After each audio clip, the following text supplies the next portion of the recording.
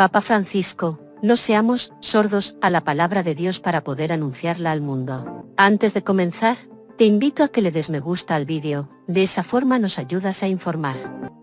En su homilía de la misa por el quinto domingo de la palabra de Dios, el Papa Francisco resaltó la importancia de no ser sordos ante ella, de darle un lugar privilegiado en la vida para poder ser mensajero y testigo del Señor en un mundo que la ignora, pero que está sediento de ella. Así lo indicó el pontífice al celebrar la Eucaristía en la Basílica de San Pedro en el Vaticano, en la que reflexionó sobre el pasaje del Evangelio de San Marcos, que narra cómo Jesús le habló a unos pescadores, sus primeros discípulos, que lo dejaron todo y lo siguieron. En la misa se confirió también los ministerios de lector y catequista a hombres y mujeres laicos provenientes de Brasil, Bolivia, Corea, Chad, Alemania y Antillas. La palabra de Dios despliega la potencia del Espíritu Santo.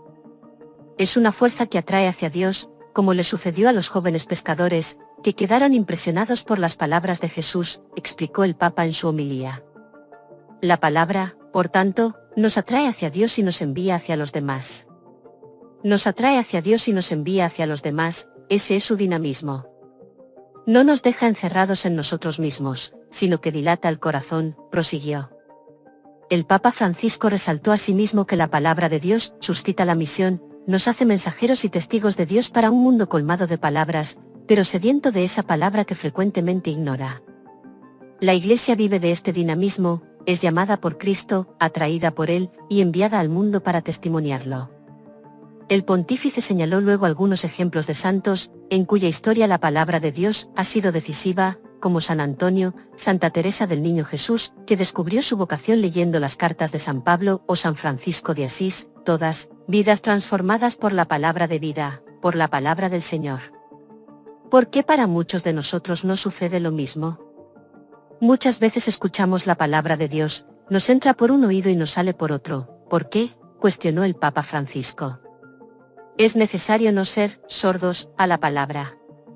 Es el riesgo que corremos, ya que abrumados por miles de palabras, no damos importancia a la palabra de Dios, la oímos, pero no la escuchamos, pero no la custodiamos, pero no nos dejamos provocar por ella para cambiar, la leemos, pero no la hacemos oración. Tras recordar que los primeros discípulos dejaron la vida que llevaron hasta su encuentro con Jesús, el Papa destacó que, quien está en contacto con la palabra se libera de las ataduras del pasado, porque la palabra viva descifra la existencia, cura también la memoria herida implantando el recuerdo de Dios y de las obras que ha hecho por nosotros. Las palabras del Señor, prosiguió, son como la miel, dan gusto a la vida, suscitan la dulzura de Dios, nutren el alma, alejan el miedo, vencen la soledad. Así como movieron a aquellos discípulos a dejar la repetitividad de una vida hecha de barcas y de redes, así en nosotros renovarán la fe, purificándola y liberándola de tantas escorias, llevándola de nuevo a los orígenes, a la fuente genuina que brota del Evangelio. El domingo de la palabra de Dios nos ayuda a volver con alegría a las fuentes de la fe, que nace de la escucha de Jesús, palabra de Dios vivo.